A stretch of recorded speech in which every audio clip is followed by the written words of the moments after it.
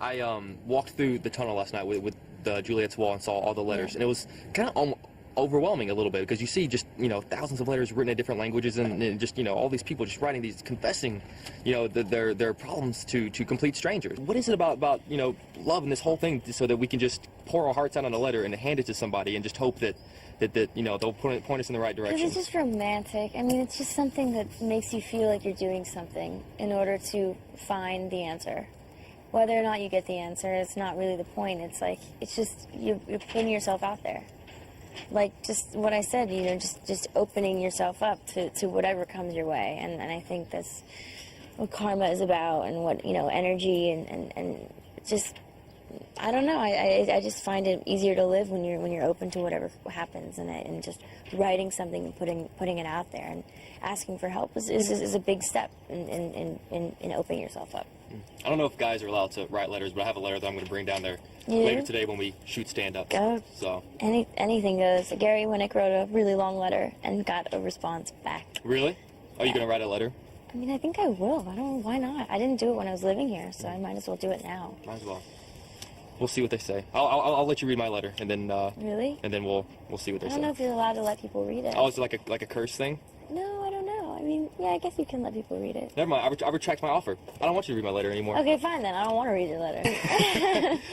There's this great kind of theme of the movie, in this idea that you can screw up in love, but you can go back later and kind of fix things. It's not too late, whether it's 5 months or 50 years, you can go back. With your lifestyle, you're all over the world. You're going all over the place. 90 to nothing. Do you have time to stop and go back and fix things? I think this movie definitely makes you ask those questions. I know, reading the script, I thought back at a relationship and was like, what could have, should have, would have happened. I think we all have relationships we look back at and go, was that true love? What, it felt like love then, or yeah, this movie does arise like a lot of questions in people, I think. It makes me think that maybe more guys should write to the secretaries of Juliet. Yeah, well, that's what I was telling Amanda. I'm going to actually try to write something, and I think guys oftentimes need more advice than girls do. Absolutely, yeah. Or maybe there needs to be a Romeo, secretaries of Romeo. You and I are going to set that up. Dude, come on, man. I like it. That's it. This is it. I'm sleeping on your couch, and we're starting a Facebook or a Twitter. It's called Romeo Club. Romeo's Club. And it's just going to be like our picture, and we'll be like back to back with the arms crossed. It's the Romeos. Guys, so you met in 1966 on the set of Camelot, and here we are, almost a little over 4 decades later. You spent some time apart, and now you're married, and we're sitting on a rooftop in Verona, Italy. Was there ever a moment where you thought that we would end up here? Not necessarily with me, but many moments when I thought we weren't going to end up anywhere. But you see, I can say that, and he knows it's with love, and he can say things like that, and I know it's with love. So how do you keep the faith? When you have those years where you're not together, how do you keep that idea that something down the road may happen? No, I'm saying that when you're young, you're more passionate. You fight.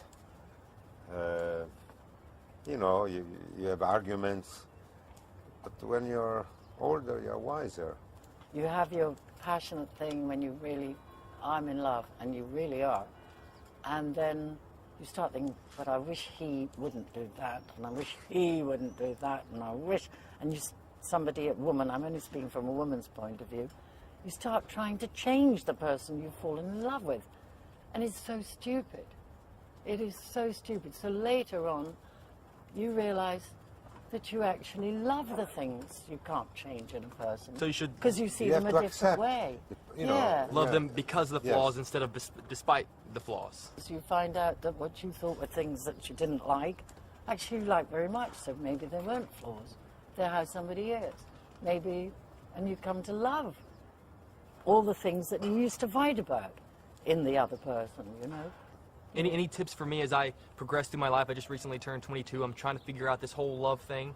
As I progress through my life, is there anything that you guys can give me? What have you found out so far? Please tell us. That I know absolutely nothing. So you've got it all figured out.